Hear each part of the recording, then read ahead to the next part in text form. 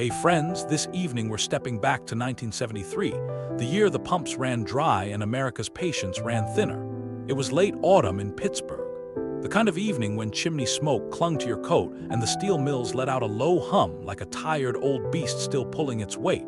You could hear radios crackling from kitchen windows, news anchors repeating the same grim update. OPEC has cut oil production again. Gasoline will be rationed nationwide. Now, for folks outside the Rust Belt, that meant inconvenience. But for folks like us, the working class in old steel towns, it meant something closer to panic. Gas lines stretched around the block.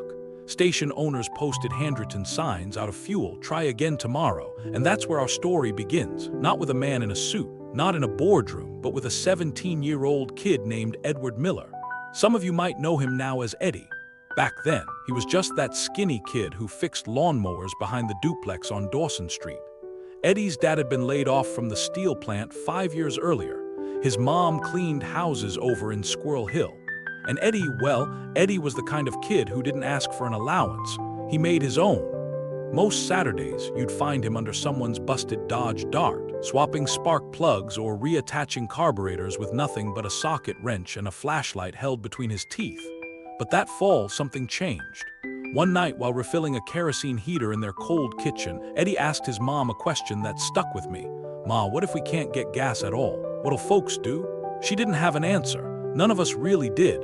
But Eddie, he started thinking. And when Eddie Miller started thinking, he didn't stop until his hands were black with grease and his notebook full of diagrams. The next day, he rode his bike to a junkyard 2 towns over, not to look for car parts, but to look at engines, small ones. The kind you'd find on old go-karts and outboard boats. Engines that ran on less fuel or something other than gasoline entirely. And under a cold November moon, in a borrowed garage with no insulation and one flickering bulb, Eddie began building something that no one, and I mean no one, believed would work. Not yet, but before long, people would be lining up not at gas stations, but at Eddie's garage. So before you settle in, take a moment to like the video and subscribe, but only if you truly enjoy this kind of gentle content. Tell me where you're watching from and what's the weather like in your corner of the world this evening.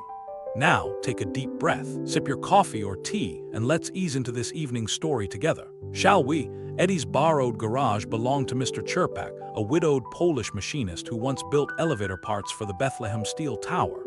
The man barely said more than 3 words on most days, but when Eddie asked if he could use the old shed behind his house, just for a few weeks, Mr. Chirpak nodded slowly and handed him a key. No lecture, no questions, just trust, the kind that used to pass between men who knew the value of hard work. Now, this wasn't some clean, organized workspace.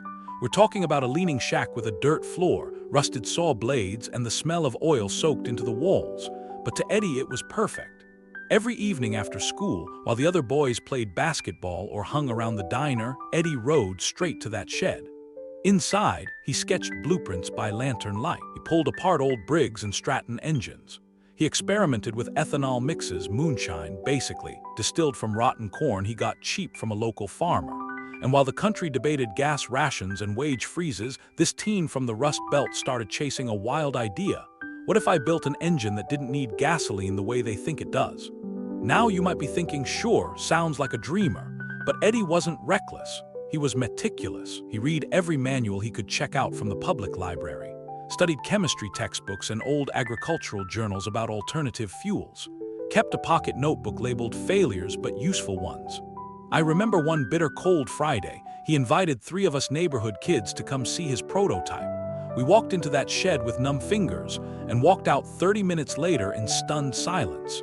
There, mounted on an old go-kart frame, was a working engine, loud as a jet, smoky as a chimney, but it ran, not on gasoline, but on a homemade ethanol blend and some mechanical sorcery none of us could fully explain. He looked at us with soot on his cheek and said with a sheepish grin, "Needs tuning, but she's alive." And that moment, standing in a rusty shed under a sputtering bulb in a city choking on economic despair, that was the moment I knew Eddie Miller was onto something big. You see, in the middle of crisis, some folks hoard, some panic, but a few rare souls they build, even if they're just 17. And that night, the first ember of Eddie's fortune, his real fortune, began to glow. But the world wasn't ready to believe in a kid from Pittsburgh just yet. And Eddie, he still had to convince the one person who mattered most, a city bus mechanic named Ruddy Miller his father. More on that in the next part. Ruddy Miller had the hands of a man who lived beneath steel and smoke. Big hands, scarred hands, hands that once helped lift the roof of a collapsing shed to save a trapped neighbor and then went back to work without a fuss. By 1973, Ruddy was a bus mechanic for the City Transit Authority, one of the few good-paying jobs left after the steel layoffs. He didn't talk much at home, but he watched, listened, and carried the weight of a family with the kind of quiet pride men from that era wore like a uniform. Eddie had always looked up to his father, but Ruddy, he had his doubts about Eddie's engine. It wasn't that he didn't believe his son was smart, he knew that well. It was that the world didn't give a damn how smart you were unless you could prove it over and over again. One cold Sunday morning, Eddie brought Ruddy down to the shed. No fanfare, no sales pitch, just "Pop, I want you to see something." They stood side by side, Eddie wearing a jacket 2 sizes too big, Ruddy in his work boots and grease-stained coat. The shed door creaked open and Eddie wheeled out the frame with his ethanol-burning engine. He pulled the cord. The motor sputtered, coughed, then roared to life. Ruddy didn't flinch. He just squatted down, ear to the frame, and watched the vibration of the pistons. Then he stood up, wiped his hands on a rag, and said, "Show me your fuel mix." That was the first real breakthrough, because from that moment on, it wasn't just Eddie's project, it was theirs. Ruddy showed him how to adjust timing belts, how to prevent fuel line freeze, how to weld with precision instead of instinct. They worked late into the night. 2 Millers, 2 generations, bound together not by words, but by gears and fire and an unspoken urgency. And outside, the world kept turning. News anchors warned of deeper energy shortages. Gas prices climbed. President Nixon urged Americans to drive less, conserve more. And in a little Pittsburgh shed, Eddie and Ruddy were doing something far more radical than conserving. They were creating. Now here's a little moment I never forgot. Late December. Snow falling in fat, wet flakes. Eddie and Ruddy testing the engine in the alley behind their house. The neighbors came out with coffee cups in hand, wrapped in shawls and winter caps. And when that engine, mounted on a junkyard lawn tractor, sputtered and rolled 5 whole blocks before stalling, the crowd clapped, not because it was pretty, but because it worked. In a time of fear, that little contraption gave people something to smile about, something that said, "We still got a shot." And it gave Eddie an idea. "Pop, what if we sell fuel alternatives to folks who can't afford gas?" Ruddy raised an eyebrow. "Like what?" Eddie's voice was steady.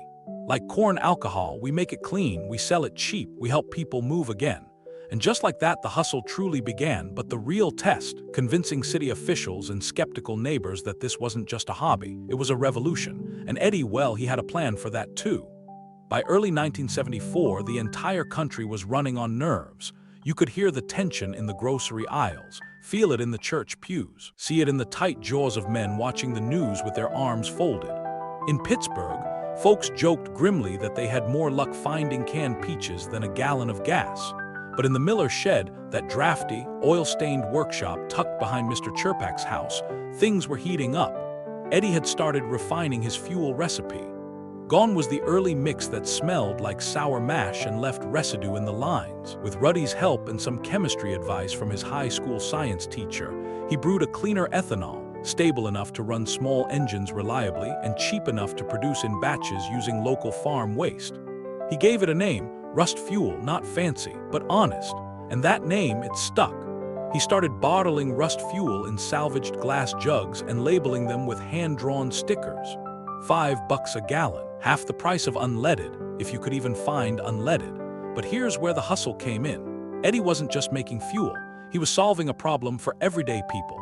He went door to door offering free engine conversions for neighbors who couldn't get to work anymore. He showed single mothers how to power generators during blackouts.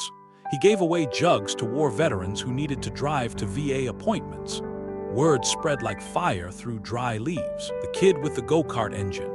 Now he was running a mini fuel co-op out of a garage. Ruddy warned him, "You'll draw attention soon, maybe good, maybe not." And he did. One afternoon, a city inspector came knocking. Clipboard, sunglasses, stern look. Eddie thought it was over, but the man didn't shut him down. Instead, he crouched by the lawn tractor running on Rust Fuel, tapped the engine twice and said, "My brother's out in West Mifflin. He runs a snowplow. Can you help him too?" That was all the green light Eddie needed. He and Ruddy got busy. They expanded to a neighbor's empty tool shed, roped in a few of Eddie's high school buddies to help with distillation and deliveries, started tracking orders in a spiral-bound notebook. They weren't thinking about permits or taxes. They were thinking about dignity, because every jug of rust fuel delivered meant another family stayed warm. Another worker kept his job. Another corner of the Rust Belt felt a little less abandoned. I still remember the night Eddie showed me his income sheet. He'd made $642 in 1 week. At 17, in 1974, he wasn't bragging. He just smiled and said, "I think this is my first real paycheck. Feels different." That winter, the snow came down thick and hard, the kind that blanketed the city in silence. But in the Miller shed, you could still hear the hiss of boiling mash, the pop of engine tests, and the soft crackle of a teenage dream catching fire. Eddie Miller had made his first fortune not just in dollars but in usefulness. But that kind of spark, it doesn't go unnoticed for long, especially by people who don't like change. And sure enough, one gray morning, Eddie opened the garage door and found a black government sedan parked at the curb. The sedan was clean, too clean for a Pittsburgh winter. It idled like a whisper, steam curling from its exhaust in the freezing air. Two men stepped out, dark coats. One carried a leather folder. The other had a face like carved granite, all jaw and no smile. Eddie wiped his hands on a rag and met them halfway down the snowy walkway, no fear in his eyes, but you could see the gears turning behind them. "Edward Miller?" the tall one asked. Eddie nodded. "We're with the Pennsylvania Department of Environmental Resources. We've received some interesting reports." What followed wasn't a raid, it wasn't hostile, but it wasn't friendly either. They asked about the ethanol, the distillation process, whether he was paying taxes, complying with fuel regulations, storing combustibles properly. Eddie answered every question with the same tone he used when explaining engine parts to classmates. Calm, plain, prepared. Still, when they left after peeking around the garage and snapping a few photos, Ruddy let out a long breath and muttered, "Son, we're either in business now or in trouble." Turns out it was a bit of both. Within 2 weeks, Eddie received a formal notice, a cease and desist order for unlicensed fuel production, stamped in red. It could have ended there, and honestly, it should have. Most folks would have packed it in, gone back to school, gotten a safe job, but Eddie, he didn't fold, he pivoted. That night, he stayed up drawing a new plan on butcher paper taped to the garage wall. It was part blueprint, part dream. In the corner, he scribbled, "If I can't sell fuel, maybe I can sell the tools." And just like that, the second chapter of his hustle began. He shifted from making rust fuel to building DIY ethanol kits. Little stills and filtration set up small enough to fit in a basement or barn. He included handwritten guides, how to power your tractor without gasoline. He priced them low, undercutting even the hardware stores, and he started mailing them by bus, by train, sometimes hand-delivered on his bike across Allegheny County. This wasn't just a workaround, it was a movement. People wanted to be self-reliant again, not just in fuel, but in spirit. Eddie's kits gave them that. He got letters from retired farmers, janitors, even nuns. One note read, "Thank you, Eddie. My husband used your kit to run our generator. First time we had lights in a week." And just like that, Eddie went from being a backyard outlaw to something stranger, a folk hero in boiler boots. But all legends, even quiet ones, carry a cost. Between school, building kits, keeping up with orders, and dodging state licensing headaches, Eddie began to stretch thin. His grades slipped.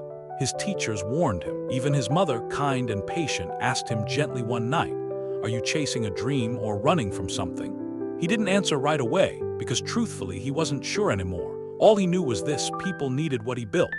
And for the first time in his life, he felt irreplaceable. But no one is irreplaceable forever. And in the spring of 1974, a fire, literal and figurative, would test everything Eddie had built. It started with a flicker. Just past midnight on a chilly April night, Ruddy had already gone to bed. Eddie was still in the garage, soldering a copper coil for a new ethanol condenser. There was the smell of something off, sweet at first, then sharp like scorched rubber.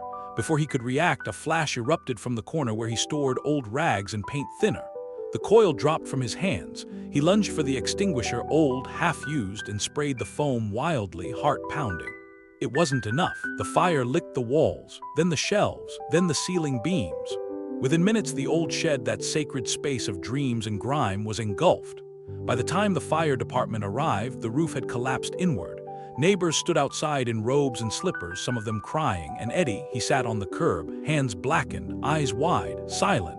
The fire didn't just take his tools, it took the notebooks, the kits in progress, the orders, the plans, even the crude ethanol stills he'd built for demo purposes, all gone.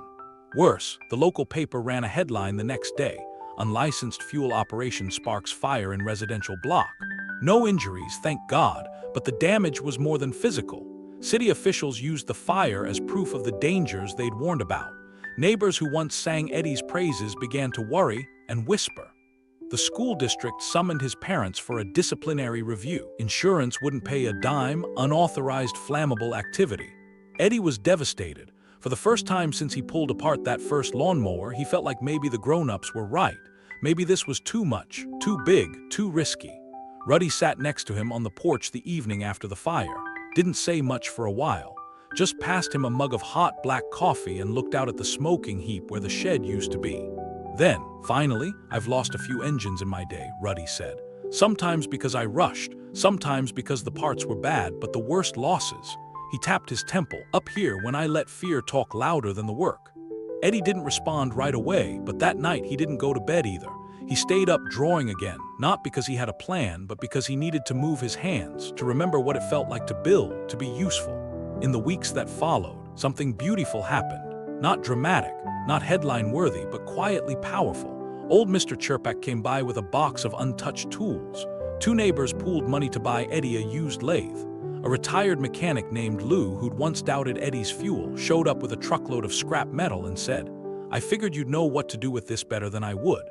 Piece by piece, the boy who built an engine during a gas crisis started building something else, resilience. And slowly, Eddie realized something deeper than profit or patents.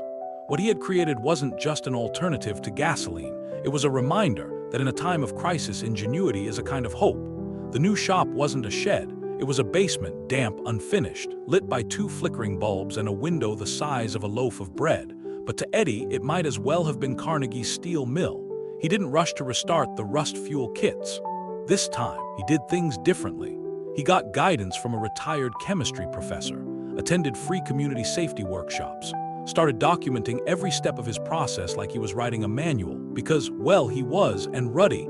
He built shelves from salvaged lumber, mounted a fire extinguisher at every entrance, and started calling Eddie boss. They even got a P.O. box, started printing flyers on an old hand-cranked mimeograph. Eddie called the new venture Rust-Built Tools. No more selling fuel, no more dancing around state inspectors. Just empowerment kits, step-by-step blueprints for backyard tinkerers to make their own cleaner fuel safely and legally. He added conversion kits too, simple modifications for lawnmowers, snowblowers, and backup generators. He priced them fair, never overcharged, and always threw in a personal note. Here's to your next great idea. Eddie, the orders didn't pour in overnight, but they came. One from a Vietnam vet in Ohio who wanted to power his boat off-grid. Another from a single dad in rural Kentucky trying to run a pump for well water. Then a journalist from Popular Mechanics got wind of the story. She drove out in a battered Ford Pinto, interviewed Eddie over coffee and canned beans, and left with a kit in her trunk. 2 months later, an article ran with the headline, "Rust Belt Teen Reinvents Fuel Independence from a Basement." And just like that, the phone began to ring. Well, the house phone. This was still the 70s after all, but it rang and rang. Hardware stores, school science clubs, even a rural electric co-op in Iowa wanted in. Orders piled up faster than Eddie and Ruddy could fill them, so they brought in help. 3 high school buddies who'd once just watched from the sidelines, one neighbor's grandson with a knack for soldering, and old Lou, the retired mechanic, became their unofficial safety officer. They worked evenings, Saturdays, sometimes through the night, not for riches, but for something better purpose. You see, in those late-night hours, beneath the sound of clinking tools and boiling water, there was something else: laughter, stories, coffee mugs balanced on toolboxes, jokes that made you snort, moments when men and boys alike remembered what it felt like to build, not just to survive. And Eddie, he never let it get to his head. He still rode his bike to the post office, still wore the same patched-up coat, still ended every team meeting, which really just meant lunch break, with the same words: "We're not just fixing engines, we're fixing something bigger." And he was right, because in a time when families were losing faith in the system, Eddie was offering something quietly radical, a chance to believe in their own hands again. But before this chapter could end, there was one final visitor, someone Eddie hadn't expected. A man in a crisp navy suit, holding a briefcase, with a soft southern accent and a business card that read, Federal Energy Research and Innovation Division. The man's name was William Carr. He introduced himself politely, took off his hat at the door, and asked Eddie if he had a moment to talk man to man. Ruddy was wary. He stood just behind Eddie in the kitchen, arms crossed. But Carr wasn't there to shut anything down. He was there with an offer. Turns out the Department of Energy had been quietly tracking grassroots fuel innovation during the crisis. Most of it was noise, dangerous, half-baked, illegal. But one name kept popping up. One kit that actually worked. One teenager from the Rust Belt whose designs had found their way into over 100 towns and counties across the Midwest. Carr laid it out, slow and smooth. We'd like to license your conversion system and training material, fund further development, maybe even bring you in as a junior consultant. You'd have access to labs, equipment, engineers. He slid the offer across the table. It wasn't life-changing money, but it was respect, recognition, a chance to scale something that started in a shed into something that might one day change how small-town America thought about fuel. Eddie didn't answer right away. After Carr left, he walked the snowy alley where his first engine had sputtered to life, stared at the charred lot where the shed once stood, listened to the silence. Then he did something I'll never forget. He rode his bike all the way to the Carnegie Library.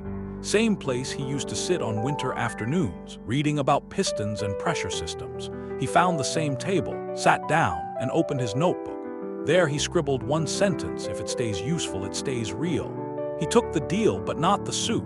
He stayed in Pittsburgh, split his days between building kits and working with engineers, never chased fame, never forgot the neighbors who gave him scrap metal when he had nothing left.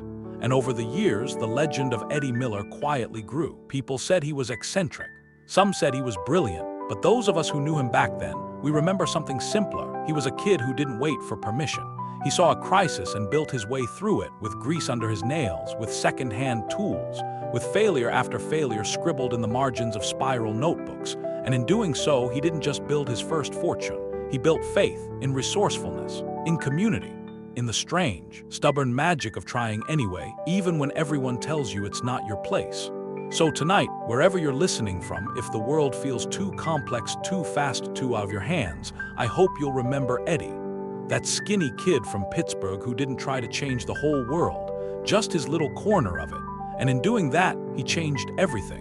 So before you settle in, take a moment to like the video and subscribe, but only if you truly enjoy this kind of gentle content.